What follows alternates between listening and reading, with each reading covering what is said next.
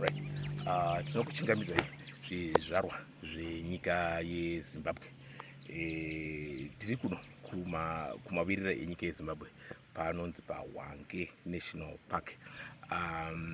Tinokoka ava zvizvarwa zvenyika yeZimbabwe kuti aiwa shanya nyika yeZimbabwe yakanaka chaizvo. Tiri kuona sevagari vekumaruwa eHwange Rural District tiri kuona kuti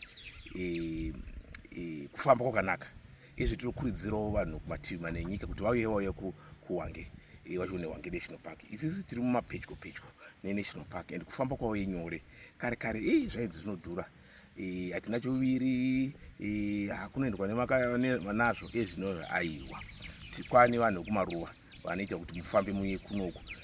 Bazi reNational Parks of Zimbabwe rave nemotikari dzekuti mufamba nadzo muchipinda nadzo muNational Park. Makagara muchadenga muchimwa zvamunomwa, saka zvave nyore.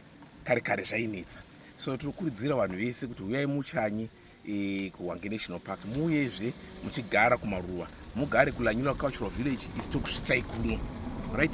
Tokuitai hand over, tokupai kubazi reHwange National Park rokutorai muchimuone mhuka, richikutsanangurai kuti zvakaita sei iyi mhuka. Muno munowanikwa mhuka dzakawandisa chaizvo.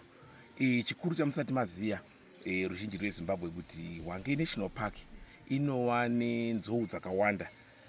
Kukundwa chete neChobe National Park. Pasi rose rino itiri number 2 nyika yeZimbabwe. Zvinodadisa ka. Saka huyai muone mushanye mubate kuti aiwa titsvagei kuLanyula tisvitseiwo kuti tione kuHwange tokusvika sei Hwange National Park. Mukatibata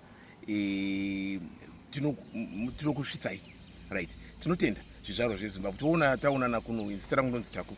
Ndiri kuHwange National Park. Tatenda.